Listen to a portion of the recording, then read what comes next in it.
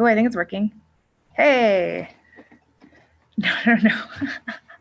No, no, no, baby Misanthrope. What are you doing? I know you want to be famous. Hi. Oh, no. What a fortuitous beginning. Aw. Hey.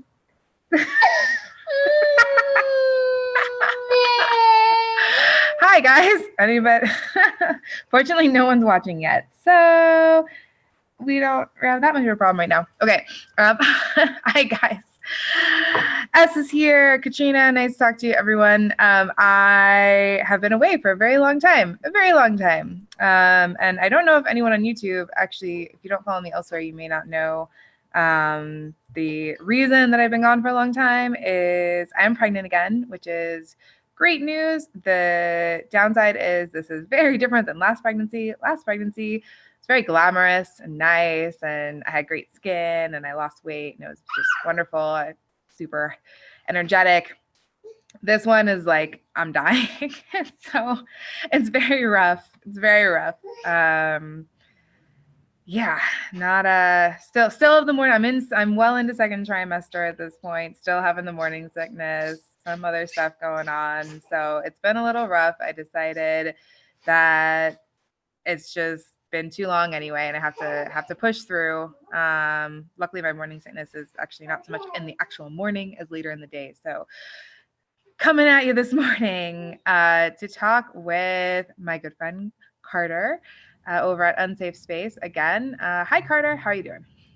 Hey Katrina, how you doing? Pretty good. Pretty good for now, hoping Is it this nature's lasts. bait and switch on you? The first Sorry. pregnancy, great. Yeah, the first one made me think like pregnancy is the best. I want to be pregnant all the time. I think I was saying that even all the way at the end. I didn't even have a hard time at the end. Most people get to the last couple weeks at least and are like, I'm ready to be done. I was like 2 weeks late and I was like, no, this is fine. I can keep going.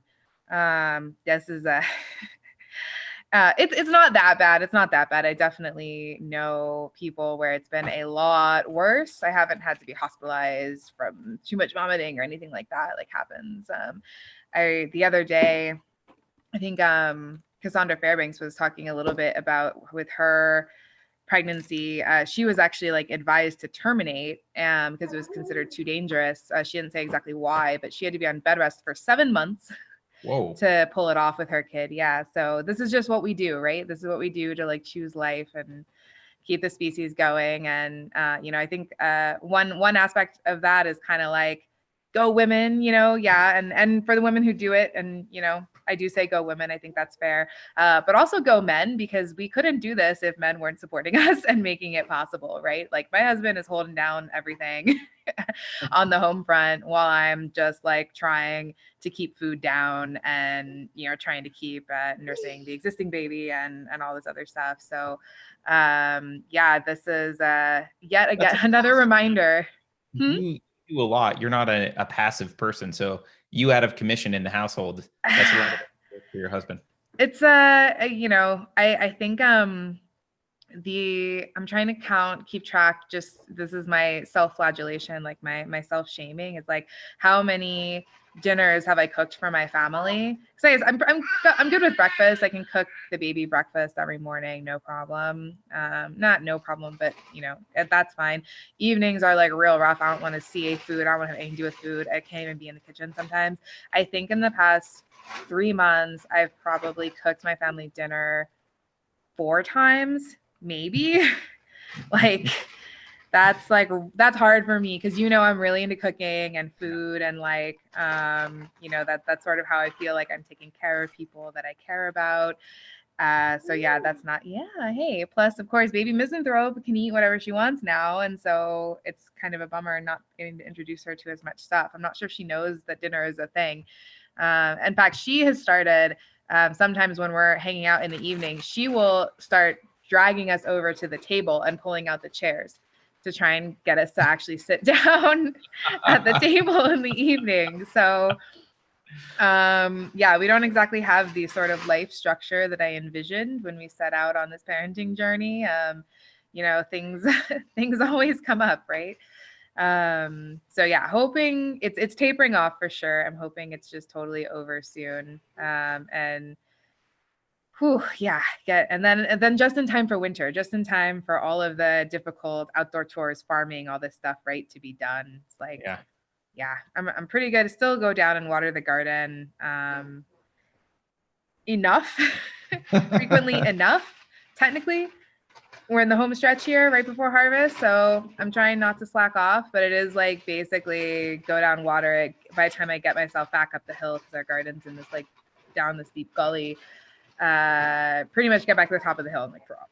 So I'm like really, really ready to be done with that. Okay, anyway, so there's the personal update, everybody, for those who are wondering. I'm not going to go into any more nasty detail about, pregnancy challenges. Oh, yeah, my baby Misanthrope really likes to feed me stuff now, and she always picks stuff that makes me feel sick. Of course. That's okay. It's okay. Yeah, okay. Thank you. All right, this is interesting. So what do we there are a couple of topics we were interested in talking about, and I think I keep reaching out to people and saying, let's stream about this, and I'm doing that on the day I feel good and confident, and I'm like, oh, like I think this is over. I finally turned a corner, and then inevitably, like the next day, I'm like back on the floor, like wow. But yeah, so one of the things that I'd wanted to talk to you about was like, I don't know if you remember this, but way back during the Republican primaries in 2016, I think, we did a podcast. Do you remember this? Was this on Unsafe Space or on your channel? No, neither. This was before either of us was on YouTube. What were we doing? You had all this equipment and you're like, let's try a podcast and see how that goes. Actually, I put that on. Oh, it is now on here. Oh, okay. Well, but it wasn't branded that at the time. Yeah, it wasn't branded that, and there's no video. Right. It's just audio. Yes. The Proto Unsafe Space. And I think that was the very first episode of that. I think it was because it was when I picked you guys up, it was right after the Battle of Berkeley. I don't want to give too much information away, but it was shortly after that, wasn't it? I thought we did one while it was still during the primaries. Oh, maybe. The very first one. We did do one later after Battle of Berkeley for sure. Or after Milo at Cal. So in if I remember correctly, I think we did this because you and I were just starting to come around to the Trump train. And we were finding that we were very much alone in that among our fellow objectivists, certainly, and just sort of in general, which I think is how a lot of people felt at the time, even though, of course, plenty of people were on board based on the election results. And I remember us talking about, kind of what was the draw, what was making us think this was the right way to go. What were the problems with the other candidates? But then also, what did we see as the potential pitfalls of Trump? And I got this question a lot back when people were still willing to have a conversation about it instead of hitting you on the head, of like, well, what about this? What about this? What kind of like these terrible things that might happen with the Trump presidency? And we acknowledge that there was some of that. Right. One big topic I know that concerned both of us was privacy. We knew that Trump was absolute crap on privacy. Yep. And that, by the way, just for your own sanity, I now recall it was at my dining room. Yes. Yes. Exactly. You probably bought Kentucky Fried Chicken or something over. Probably. Yeah. Okay. Yeah. There we go. Yes. And so that one for sure has panned out as we expected. I'd say to me, I don't think that's been. Thank you. Okay. We have bagels. To me, I don't think there's been any big catastrophe when it comes to the privacy issue. And I think there's a couple of reasons for that. One is just that it hasn't come up that much. Yep. There haven't been that many opportunities. The other reason is we were just already so screwed on it. Right. As I've kind of dug more into the details of American politics that I blithely ignored for a decade, which was probably great for my sanity, but a little indulgent and probably not what I would do over if I had got to do over in life. But the fact of the matter is that the whole reason we even have John Roberts as the Chief Justice of the Supreme Court is to uphold the Patriot Act.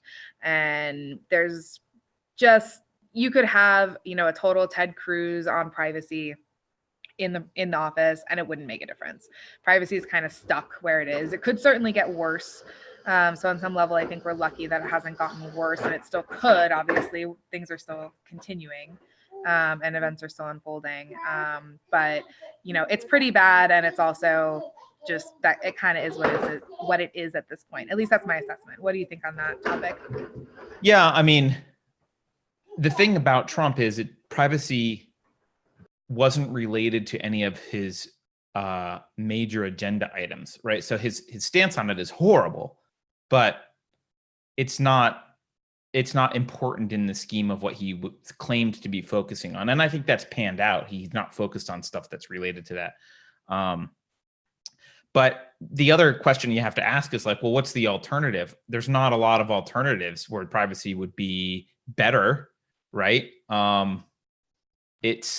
I guess, I don't know, Cruz, you're making it sound like maybe Cruz is better on privacy. I don't really know Cruz on privacy, but yeah, it's like, okay, he's crap on privacy, but you know, the Democrats aren't better on privacy. Right. Yeah. Certainly the Democrats aren't better. And I don't think there are many Republicans who are better. I mean, you know, again, Roberts, of course, was a Bush appointee, and the whole Patriot Act, the biggest encroachments on privacy that we've had have all come under Republicans. They've maybe been taken to the next level by Democrats. But when you kind of dig into, you know, we were talking about, not you and me necessarily, but, you know, the whole IRS scandal that's kind of fallen by the wayside because, you know, the media is just doing its sort of Lenin-esque, just keep repeating or Goering-esque or whoever it is, repeating the same lie over and over again. You know, no, the scandal-free presidency of Obama, right? It's like, yeah, the presidency when the IRS like blatantly targeted opposition groups, and everyone knows it, and Obama knows it because the head of the IRS who was in charge of it had like 80 meetings at the White House or something. Anyway, that you trace that kind of thing back, and it's like you kind of find, I guess arguably it started under JFK, but it got really institutionalized under Nixon. And like a lot of these things, it's kind of like the Republicans will do it, but the Republicans do it sort of half-heartedly almost, and then the Democrats get it, and then they're like, go all the way, right? Because the Dems are in it to win it, and the Republicans, like, I don't even know what they're in it for. I don't know at this point. Yeah. Well, I mean, Hoover was not a good privacy advocate. Either, yeah, right? Certainly. Yeah, certainly. Yeah, I mean, but I do think actually for the neocons, I don't think privacy matters at all. Like, I think they would be totally comfortable in a Big Brother state so long as it's the kind of state that they want. Right. Yeah. I wouldn't necessarily even count them as Republicans, but you're right that there's still so much influence on the Republican Party. I mean, even in the Trump administration, which was another thing that I don't think that was something that we specifically were concerned about before starting, but I think it was predictable given one of the things we were saying. So the main concern that we had, which was different than, you know, the standard line was like, well, what if he's like basically right-wing dictator, right? Or what if he paves the way for a right-wing dictator? He normalizes. What about normalizing? You know, we're on the path toward like the president and idiocracy, right? Like we're putting a reality TV star in the White House. Should we really do that? Is that a bad precedent, right? I'm sure people said the same thing about Reagan. I think it's fair. I don't think it's like these are unfair questions. But to us, we said that the most important risk with Trump was that he is not a man of principle.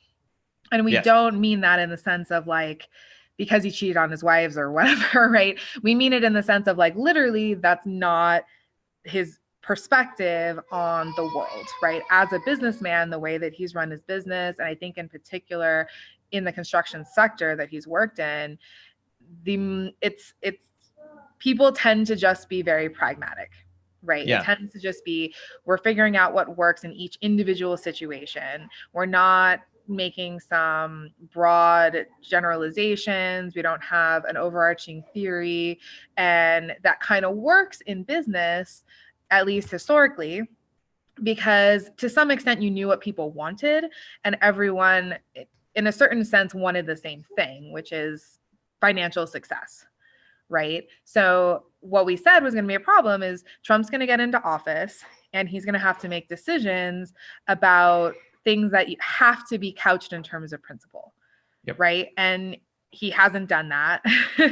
And it's been, I'd say every aspect of his presidency that's been a disappointment is directly related to that. It's directly related to the fact that he seems to operate with this assumption that that basically everyone's on the same team, right? It's like, well, fundamentally, we all want America to succeed. Fundamentally, we all want the economy to be better. Fundamentally, if I bring someone on board to work for my administration, it's like if I brought someone on board to work for my company, they would want the company to succeed, right? But that's not how it works in politics. I mean, to some extent, that's not even how business works anymore. For work for him, that's not a thing that happens in business very often. I mean, unless you're like McDonald's worrying about Burger King or like Coke worrying about Pepsi, there's not a lot of saboteurs that come in. Exactly. Right. But that's not true in politics, as you point out. Right. And there is corporate espionage and stuff like that, but it's not they don't come in and collect a paycheck. It happens in a different way. And so we've just seen in this administration betrayal after betrayal after betrayal of these people. Like the most embarrassing one to me, by far the most egregious one, although we could obviously point to a lot of bad hires on more policy things, but it's his personal assistant that who just got fired. I mean, that one was completely ridiculous. I would argue that he probably believes that he's good at picking people, and he may actually be good at picking people that have skill sets. The assistant may have been quite a competent assistant. That might be true, but he's not good at screening for principal because he's never had to. Right. Yeah, and he doesn't seem to believe that it's a thing, and you can see that with we kind of saw at the beginning, and it was something I gave I had some patience with when he, wants to put a bunch of his family in positions. I think a lot of people looked at him putting his family in and we said, this is a good thing because Washington is a swamp. His family is going to be loyal to him. They're people he can trust. Okay. But now we're this far in. And we got this kind of bait and switch where it was like, Ivanka was not really around during the election. She was in the late stages of her pregnancy. And so she wasn't campaigning very much. She gave like one speech that I remember, and it was just sort of generic. And it was all Don Jr. and everybody loves Don Jr. Don Jr. has the powerful Twitter account. He's someone that everyone feels comfortable with, like, okay, like he's, a dynasty. And then there's Barron has a little bit of a cult following that's kind of hard to explain. But he has a certain star power that, everyone's like ready for him to, to take office when he's old enough.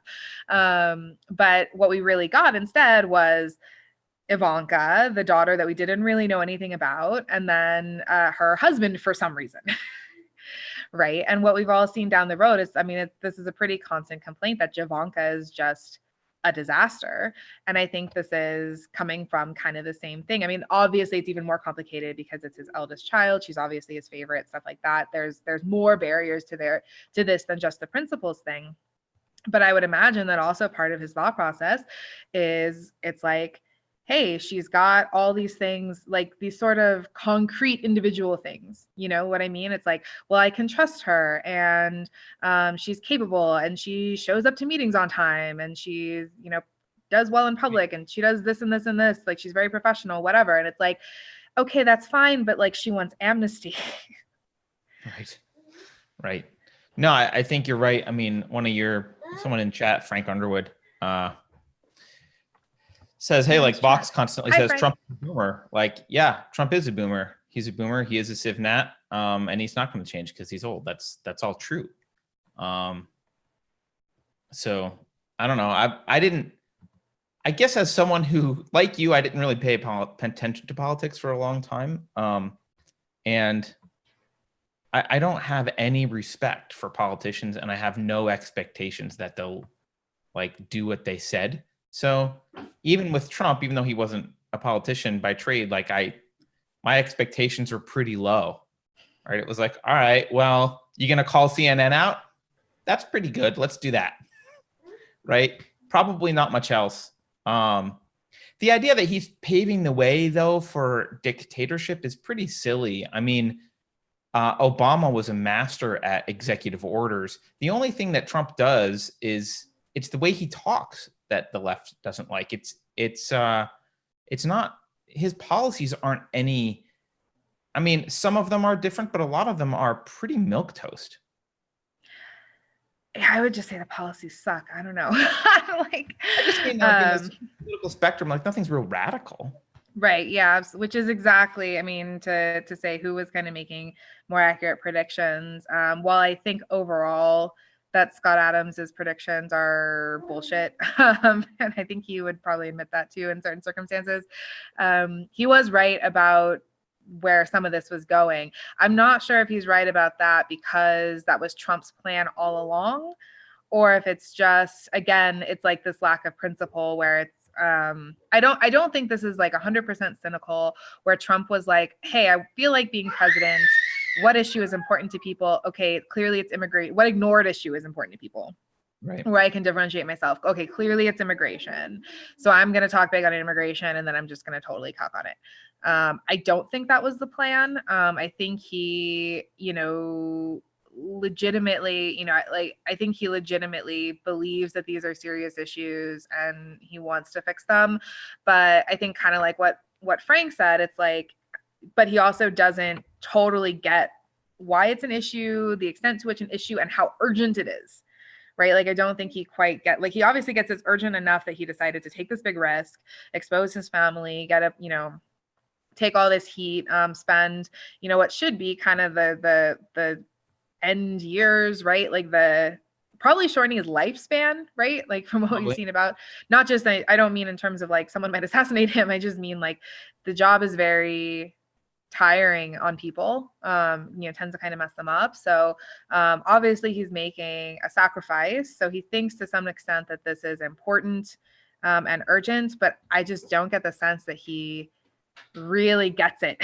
Like, no, I think he's I mean, not to underscore the boomer thing, but he's old, and he remembers a time when America was more pro-America generally. Like that was the culture was more pro-America. He sees what it's become, and he's kind of like, hey, let's get back to that reasonable 1950s time, right? Right. Or 1980s, maybe even for him. Yeah, maybe 80s, whatever. But it's all based on pragmatism. I mean, it's not, there's no, I don't know that he even understands the principles behind his opposition. Like, I don't think he gets the postmodernists, the rise of postmodernism and the left. And I don't think he understands why the cathedral is the way it is. He just doesn't like how they talk about him. Yes. That's it. Right. Which is kind of, to me, making him a useful tool. So, like you, I think I maybe had slightly higher expectations, and I did have standards of like, at what point would I say, one of my friends kind of asked me, like, at what point would I say that Trump was a liar? Right, in terms of his campaign promises. And I did say, if he doesn't build a wall, then yeah. I mean, if he really goes all out and tries to do it and like just, for whatever reason it can't be done, I think it remains to be seen whether he's really going to go all out about it. I think his priorities, though, right at the beginning when he had controlled both houses of Congress and all of that, were totally whack. Obviously, so much of that was backstabbing. Obviously, he's not responsible for the fact that Paul Ryan was the speaker. He's not responsible for these people who are in elected positions. But everywhere that he could have done something about it, it seemed like he did, like you said, kind of the milquetoast thing, the in-between thing, not taking any positions that are anywhere nearly as strong as his rhetoric. Then on the other side of it, like, I love seeing the media torn apart. That's important. That was I'd say that was actually top of my list. So I wanted the media torn apart. I wanted the Supreme Court packed with conservative justices. So far, so good on that one. And then I wanted the wall built. So, if we can get all three of those, I will say I don't think that he was lying in the campaign.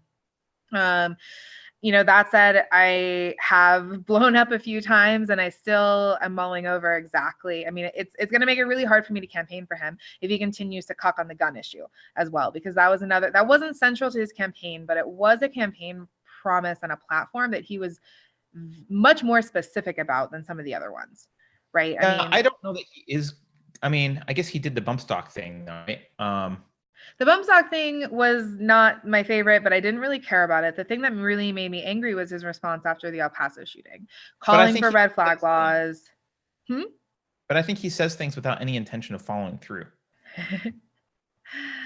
I don't know what to say about that. I mean, Do you know what I mean? It's like, so the thing is, the follow through is not up to him on some of those things. And so what he says is sometimes more important, because if a red flag law is passed, it's passed by Congress. And if he says, so here's what I was saying. It's like, is he really going to go and like make a hard push for red flag laws? Like, apparently not. He's already backed down. You know, the NRA talked to him and was like, the fuck, dude. And, you know, I think he's over that. But he did push for it. So then what happens if in the next cycle a very Democratic Congress comes in, they push through a red flag law and it's on his desk and he has to sign it or not? Now, the Dems usually overplay their hand. There's a good chance that they'll put something in there that will justify him not signing it because it's too draconian or it's too expansive or it has, you know, whatever, pork or something like that. But if he gets something reasonable, if he gets something that's just like a standard red flag law, like on what basis is he going to not sign it? I mean, maybe he will, but again, it's like what we're talking about is he doesn't have principles. Right. So if he doesn't have principles, why would he take that stand?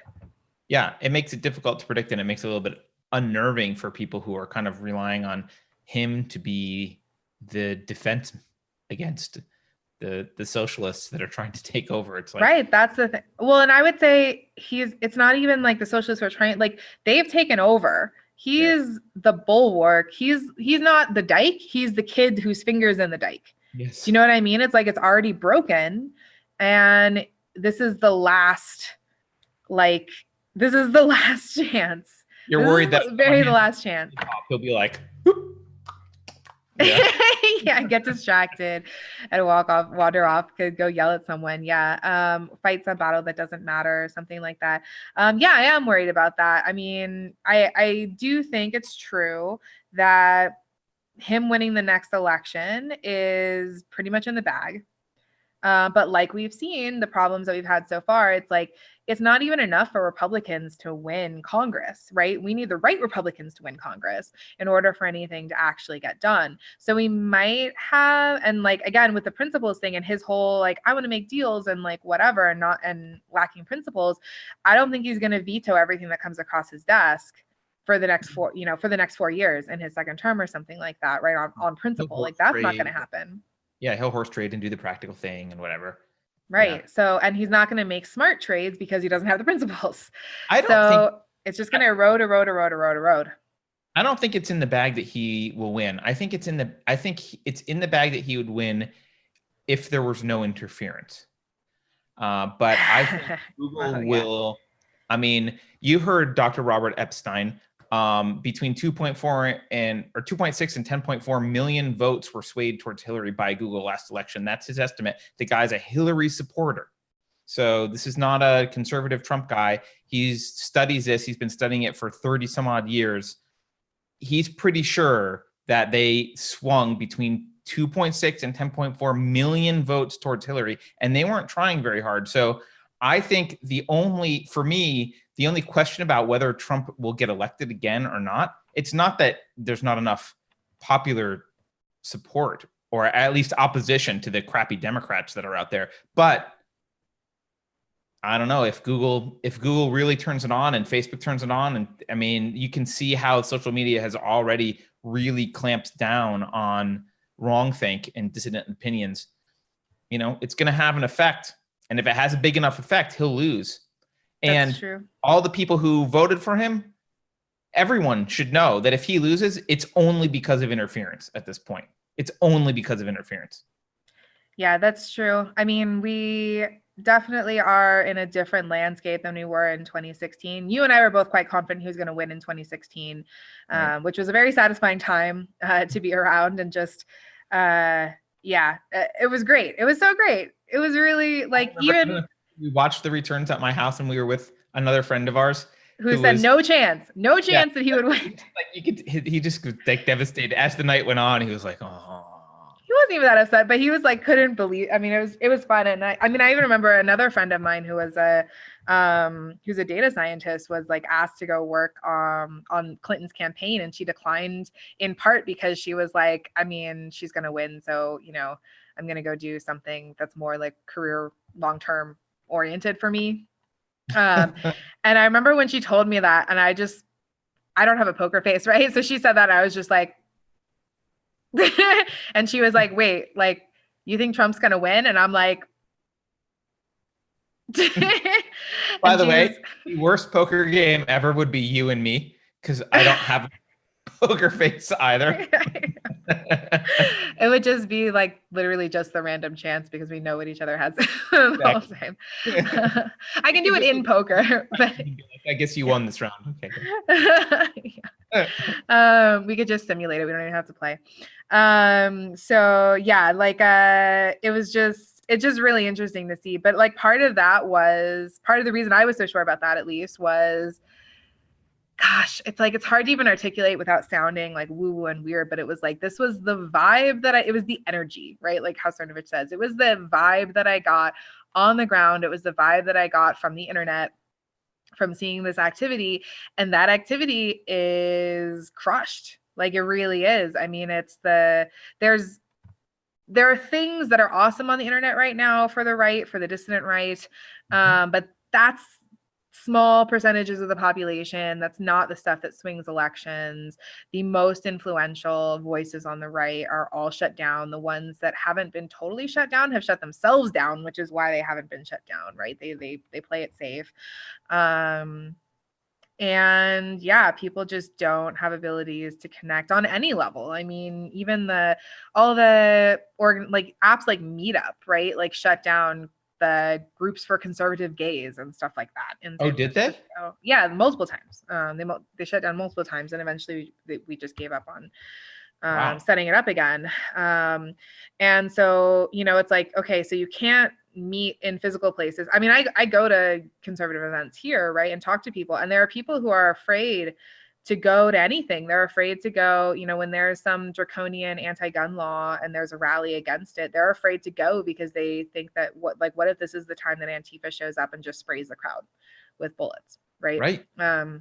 What if this is the time that they blow something up? What if this is the time, blah, blah, blah, blah, blah. So there's a lot of steam that's been taken out of that engine for sure.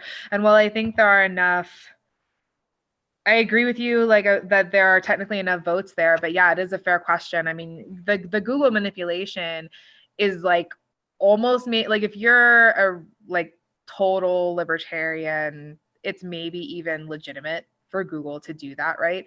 But there's the unquestionably illegitimate stuff with the illegal voting, which we know is through the roof, and which they haven't done anything about. I mean, here's like, sorry, now I'm just kind of in a random rant mode, but one of the things that drove me absolutely mad, and this is not something I pin on Trump, this is just like, wow, like how absolutely useless are Republicans compared to Democrats.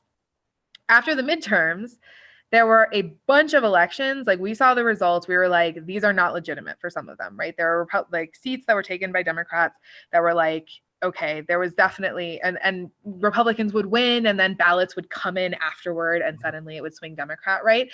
But who contested election results in the midterms? The Democrats. They contested a whole bunch of states, like they contested Rick Scott. They did all that. Was it Georgia that had like this long drawn out thing, or one of the Carolinas or something like that?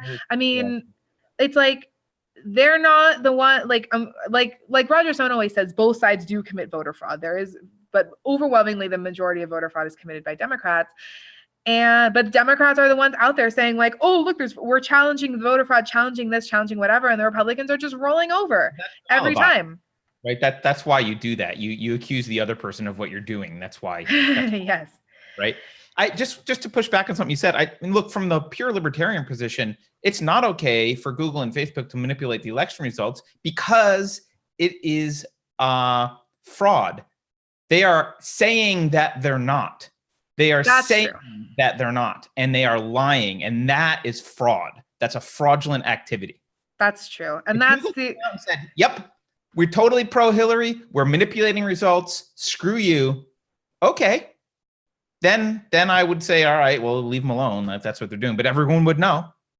And I think people would start using DuckDuckGo more. Yeah. Yeah. I mean, and even as it is, more people are moving toward that. But it's like, the tech censorship thing is one where that wasn't really on my radar with the 2016 election. It wasn't one of my top 3 things with Trump, but it is one of the things that's making me the most frustrated with him and the most disappointed in him as a president. It's a couple of things, but it's like, one, at least, story about Trump was that he was someone who understood loyalty. And I think that that has absolutely not been borne out at all, right? I mean, it's unbelievable to me that he hasn't pardoned anyone. It's unbelievable to me that he's let these prosecutions, these totally ridiculous like what's happening to Roger Stone. Like, hello, Roger Stone isn't even allowed to fundraise to support his defense anymore. People have had to quit working for his administration, like Hope Hicks and others, because they just couldn't afford to, because they couldn't afford to keep retaining lawyers for this stuff. And it's like, okay, great, you're giving away your presidential salary for stuff. That's like a nice gesture. Maybe take that to pay for the lawyers for all of your people who like. If he was a guy who understood loyalty, when someone that worked for him who was a good employee and on board with his agenda was attacked, especially because he's a billionaire, he would be like, I got your defense covered. Right. At the very least, right? And it's like, we just had someone else too who was fired by completely fake news, right? Just like a totally made up, like, oh, this person's a Nazi because he made a joke about Nazis or something, you know, like whatever. They're not standing by a single person. And I can kind of understand it with like a couple of the people. It's like, I want to say George Papadopoulos, like, or whoever, like a lot of people said he was like a shady guy. They shouldn't have had him around the campaign anyway. But Roger Stone is like a long-term ally of the president. He was, you know, even though he wasn't on the campaign for that long, it's like he is an important right-wing operator, Republican operator, and has been for decades and decades. So like, what are you doing? And then it's the same thing with the tech censorship stuff. It's like, okay, is it literally just he thinks his own personal Twitter is so powerful that as long as his personal Twitter isn't banned, oh, but by the way, that's happened. They did take down his Twitter.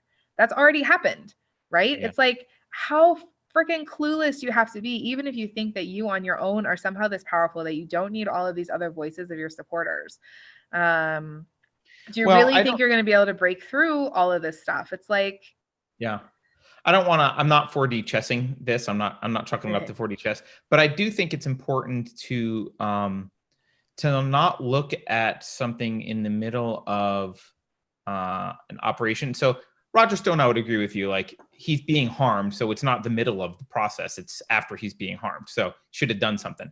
But I know there's a lot of criticism of like how he's doing this, you know, how he's handling this thing or how he's handling that thing. And, you know, the Democratic debates last night, people were saying he clearly has, you know, no clue what he's doing foreign policy wise. And like, I don't know that because he's in the middle of a negotiation. I don't know. Like, I don't like tariffs. I don't like a lot of what's going on, but I don't know that this is the end goal. We will see what the end goal is and we can judge it when it's done. But if you were to sit down at any business negotiation, because I think this is how he's doing it, you sit down in the middle of any business negotiation, and a lot of times there's like, craziness appears several times throughout the process until, you know, it all gets wrapped up in a nice bow at a 3:00 in the morning meeting by the execs right before it was supposed to close, right? So, I mean, that kind of stuff happens. So I want to withhold judgment a little bit on some of it, but the stuff where people are personally being harmed, and they're his people and they were loyal to him and he's not really doing anything to help them, he's leaving them out to dry. I totally agree with you. I don't, you know, Flynn shouldn't be sitting in jail rotting, and Roger Stone shouldn't be, you know, having to scrape up money for his own defense at this point. Right. I mean, I think I got frustrated definitely in the middle of the process with the whole Mueller investigation, just like, why isn't he doing this? Why isn't he doing that? And I think it was totally fair to counsel patience and say, you know, we don't know what all the pieces are. Like, maybe it's better to let this go on. There was even the crazy theory that Mueller was actually a good guy secretly, right? And it was going to turn out that it's going to be like, we're going to arrest Clinton and all this stuff, which I always thought was a little far-fetched. But he was and everyone was using him, but that's a separate issue. Yeah. But like, so we get to the end, but now like we're kind of to the end here. We're kind of to the point where it's like, you know, every time it looks like something is maybe going to move, right? It's like people were very optimistic about Barr, for instance, right? It's like Barr comes in and then he's like, yeah, I'm not going to prosecute anybody. And then It's like, oh, look, they arrested Epstein. That's great. And it's like, oh, we're going to let him get assassinated though. And we're all, by the way, also all these other people who are connected to him, his own freaking pimp, who's like has just as much evidence against her as there is against him. Right. She's just gonna walk around, chill out, you know. Take pictures of Santa Monica or wherever she was. Yeah, I guess supposedly that was fake, but anyway, I don't know. But it's not. I mean, the point, like the fact of the matter is, it's like there's not. To me, there's not the evidence. I don't know. It's like I've seen some people who I really respect saying that, you know, if you don't see like how this is like the more or less like QAnon type theory isn't actually increasing in credibility, you're not paying attention. And I guess I'm not paying attention then, because I don't see it. I don't like, I see these numbers of like, you know, pedophile sting operations, people getting arrested. I see that. I see large numbers around the world, and I'm glad that that's happening. But I also see, you know, over 100,000 illegals pouring over the border every month. I also see, you know, the high profile people not getting arrested, or if they do get arrested, it's just nothing, because, you know, like I said, they just let Epstein get killed. They didn't arrest any of his associates. Just what? Yeah. Like, I mean, I have a really hard time seeing any dimensions of chess with any of this. It's like, no, that's fair. You know what, culturally though, you know, getting back to the 2020 election, something that is new after 2016, and I see this a lot, partly because my co-host on Unsafe Space is a member, is one of these people, but there's a lot of people who were on the left. Now she was on the far, you know, social justice warrior left, but there's a lot of people who are Democrats and on the left who have left, and every story that I've heard, almost every story that I've heard here, follows a very similar arc, and the flashpoint for them was the Trump derangement syndrome that happened after 2016. And they watched the left just go exponentially crazy and violent. And if you look at you watched the debates last night, it's a contest for, I mean, Joe Biden was the sane conservative one on the platform. It was like, who can be more communist? And Joe Biden was like, well, this is still America. I mean, isn't it? Like, and I felt like everyone else was like, no, what the hell are you talking about, man? It's not still America. So I think there is a mass exodus from the Democratic Party in particular. They're not all jumping into Trump's camp, but I think there's a growing understanding in the population that there are different rules for elites. People see this, you know, they see it in Epstein, they see it, you know, everywhere. And there's an understanding that the left, the Democrats are unhinged. They've become the unhinged, violent, like their authoritarianism is blatant and naked now. And, you know, from my perspective, I kind of want to say to the people on the left, what did you expect? This is the consequence of your philosophy. You guys pushed this stuff. Now you're saying, oh, that's too far. You just didn't understand the logical consequences of your own beliefs. And now you're upset when you see Antifa enact them. But I'm at least happy that they're upset, that they see them enacted and are kind of backpedaling a little bit and going, well, wait a minute, this isn't what we meant. I don't know. Well, I'm a little curious for these people who are switching over from the left, what their demographic makeup is, because I'm not sure that it's exactly a principled switch over. At least all the people that I know who've made the switch have all been white. They're all white, middle-aged women that I've seen. Yeah, and well, not all. There's a couple of factors there. One is they're gearing up to murder white people in this country, and that is getting increasingly obvious. So someone switching over is a lot of times just them realizing, I think in their heart of hearts, like, hey, I'm not going to escape this. Right. And not necessarily an actual principled move. And then secondarily, for the middle-aged white women, so the middle-aged white woman sort of dream was supposed to be Hillary, right? This was like a lot of things kind of culminated at once. It's like middle-aged white women, especially unmarried middle-aged white women or career-focused middle-aged white women, have kind of had their run, and they were supposed to have their big payoff. And then their big payoff, the big payoff of getting the presidency didn't happen. And then the smaller payoffs that did happen of getting a lot of powerful positions in the country and getting, you know, rising up the ladders of their careers and all that. Well, now that they've achieved it, they see that it kind of sucks. It wasn't what they expected, right? It's not like what they dreamed of.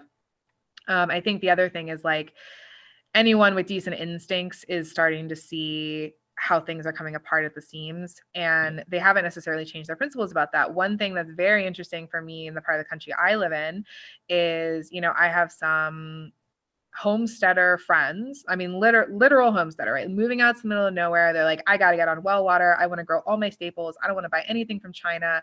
I don't want to, they don't even, some of them don't even use banks anymore of any kind. And they're total shit libs. Like they're and they haven't abandoned any of that, right? It's like they still think the police are racist. They still like think that, you know, like their dream is to adopt an African baby or like whatever. Like they still have like all of those same ideas, but because they're not completely retarded in terms of their instincts, they recognize kind of where things are heading and what you need to do to protect yourself. And so they're doing it. But there's not, you know, really like a principle change. And then I think what I see more on the right is like, it's almost because, you know, the facts and logic people tend to gravitate to the right and the feels people gravitate toward the left. It's like, this is part of why I wanted to talk about the gift of fear with you, that we mentioned a couple of times. And I think I've talked about other times on this, on these streams. It's like the facts and logic people on the right have killed their instincts. They've absolutely killed them. And I think it's crazy to me to see some of the reactions to the Dem debate last night where people are watching it and they're just like, oh, what's your plan to pay for the healthcare for all these illegals, blah, blah, blah, blah, blah. And I'm like, how is that even like your response to this? Like, who cares about the policy minutia details? They're coming to kill you.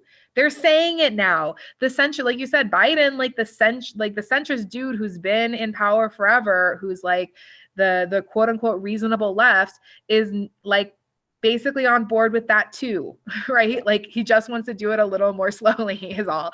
And like, this is like, well, even conservatives, right? What's Michael Malice's quote? Conservatism is progressivism driving the speed limit. Right. Yeah. I mean, they don't really like conservatism is like a broken philosophy, and I don't describe myself as a conservative, and I don't even know if I ever did. If I did, it was before junior high. So yeah, I'm not going to take responsibility for any of that Buckleyite nonsense, but it's just painful. It's painful to watch these people who've like absolutely killed their instincts sit around. And I mean, I see the same thing in like local Republican politics here, right? It's like, what do they think is super important? Well, it ends up being a lot of minutia. Like let's argue about a lot of this minutia. And it's like, one of the things we've been paying more attention to is like school board elections, right? Well, what do the Republicans standing for school board think is the big issue in Colorado? The fact that they want to take football away from UC, from the University of Colorado, right? Now, personally, I'm of two minds about it. On the one hand, football is absolutely Americana, so I get it. On the other hand, the sports thing in educational institutions is also kind of messed up. It's exploitative in various ways. They do basically a professional job. They bring in money for the university, but they can't be paid for it. And it doesn't have any, and it hurts your brain, and it has nothing to do with education. Right. So I don't really think this is important. Football is important. Yeah. I just don't know that that's where it should take place. So I don't really, but like, to me, it's like, okay, they passed a law in the last year here that, you know, you have to teach trans history to kindergartners. Right. Who cares about football? Who cares? This is the most boomer shit. Like, this is like, are you kidding? Are you kidding? We need it's all cowardly. You need to have the argument about football. We don't get called a racist or a bigot for having an argument about football. Yeah, but absolutely. About trans. So they're just cowards is all they are. That's 100% what it is. And it's so difficult because now we're getting into issues where there's no defense. I'm trying to think, what was the other, maybe it was the race issue, but like there were topics that there were ways you could talk about them and kind of cover your ass. Right. And a lot of people on the right were very good at doing that. But when you're getting into these LGBT issues, you can't really do that anymore because it's like, you can't really do it anymore because of the nature of that. Like there's no way to talk about that and give the criticisms that you need to give without basically saying on some level, this stuff is unhealthy. just as a blanket category. It's because like how it's, for instance, the thing we're trying to do is protect the children, right? So how do we say, look, we need to get this LGBT stuff away from kids? Right. Maybe we don't start at 18, but maybe we say like under 14 is too young, under 16 is too young, something like that. Personally, I think it should start at 18. But anyway, if we're going to say something like that, but on what basis are you saying that? It has to be on the basis that this stuff is not good for children. If it's not good for children, is it good for adults? Like, how do you make that argument that suddenly you turn 18 and it's good, right? No one's making that argument. Like fundamentally what everyone is saying is like, this stuff isn't good. And it's kind of that it's not really good for anybody. Like that has to be the logical argument. So now we're into this territory that you can't say, there's no safe way to talk about it anymore. And people are going to have to buck up and do it. Like, yeah, that's all there is to it. I mean, look, gender dysphoria is in DSM-5. It is it's a pathology. It's a condition. So like, to me, the problem isn't necessarily recognizing that there is a very small percentage of the population that has a specific problem. But the solutions to that problem are not necessarily embrace it and go with it. It might be therapy. It might be uncovering some of the root causes of the problem. And if there after that still is some issue, maybe it's chemical or biological, maybe there is some outliers in the bell curve where this is going to happen sometimes, fine, you deal with that. That's very different than pushing it as normal and completely acceptable and just another valid way of being, right? And this is part of the whole moral relativism of the left generally. It's the same thing that drives that white couple that just got arrested in Iran for like, gallivanting around the world just to prove that every place is just as good as every other place and people are nice everywhere and we don't believe in evil. And like, okay, they gallivant around Iran and their asses are in jail. Like it's the same kind of mentality of like, well, everything is okay. Well, no, some things are a sad tragedy. And there may be some people that are in that position of having a sad tragedy. Maybe they have no function of their left arm. Maybe they have gender dysphoria. Those are problems to be dealt with, not things to be celebrated and pushed out to everyone. Is this the couple that's like an Australian and like, okay, so I saw just the headline that they got arrested and I was like, oh, those are attractive people. They probably shouldn't be going to Iran. Yeah. But that's so interesting. I didn't know that that's what they were doing. That's so perfect. Man, that reminds me of wasn't there a guy too who took his family? I mean, this is way more tragic, at least. Well, this hasn't played out yet, but this old story was, I think, more tragic than this one is so far, of the guy who took his family backpacking in Afghanistan, right? And then they ended up like, I think they had children with them, right? I think their children ended up dead. His wife ended up like a sex slave for a while, and like they eventually like got out, but. Oh, really? I don't remember that one. I know almost that was closer to the election time. Doing this kind of crap, right? But I guess you could say Darwinism, but that's cold. I don't know. I want to just really quickly on the and maybe we can have another conversation about gift of fear another time. But on the instincts front, I just want to point something out because I see this actually in the objectivist community a lot. There's this worship of reason, and I worship reason also. Reason is the only valid epistemological tool. So yes, reason. However, instincts and feelings aren't giving you zero information. They're giving you zero information about the world that's objective, but they're giving you information about your internal state. And part of being rational is understanding that you have developed a biology with an internal state detection system that's based on instinct that might actually be giving you some information about reality. It's not always 100% reliable. It's not always something that's very detailed that you can ascertain. But if you're walking down the street and you get a funny feeling about the guy who's walking towards you, cross the fucking street. Cross the street. Because you might be wrong. You might be a bitch. You might be a racist for doing it because the guy's a different color or whatever. But it might be that there are things happening in your environment that your conscious mind is not fast enough to integrate, but your subconscious has been evolved to detect threats over thousands and thousands and thousands of years. And if you get that feeling, there's nothing, when there's little consequence to trusting your instinct, and it's an instinct for self-preservation, trust it. That's not irrational. That's rational. Yeah, I mean, if you pay attention, you look in the right places, the world is full of stories of people who would be alive if they had just done that, right? I mean, it's one of the angles I like to consider when I look at the stories, the immigrant crime stories and the illegal immigrant crime stories that get circulated a lot by Ann Coulter and others. I want to say, who was the girl?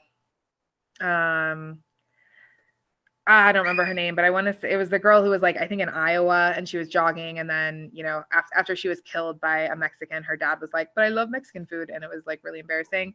But, you know, reading between the lines in her story, it's like she went out for a jog in an isolated area. The guy was driving by, and then ultimately he raped and killed her. And I just think about how that likely played out as someone who's jogged in isolated areas and been harassed by cars and stuff like that. And it's like, you know, she probably had a lot of opportunities to not be in that situation. And I don't mean like, don't go jogging. I mean like, hey, once a car slows down and starts to act weird, maybe just take off. Most of the time you do that and nothing happens to you because they're not there for that, right? They're not there for like a chase. Yeah, like a lot of work. They're looking for an easy opportunity. It reminds me, Katrina, my co-host Carrie, there's this story that she had just come out of, I think it was literally like a racist workshop, like a how to not be a white racist workshop, back when she was a social justice warrior. She'd like just come out of some kind of like training, right? And on her way home, a black man was approaching her and he said, I'm going to fuck you up.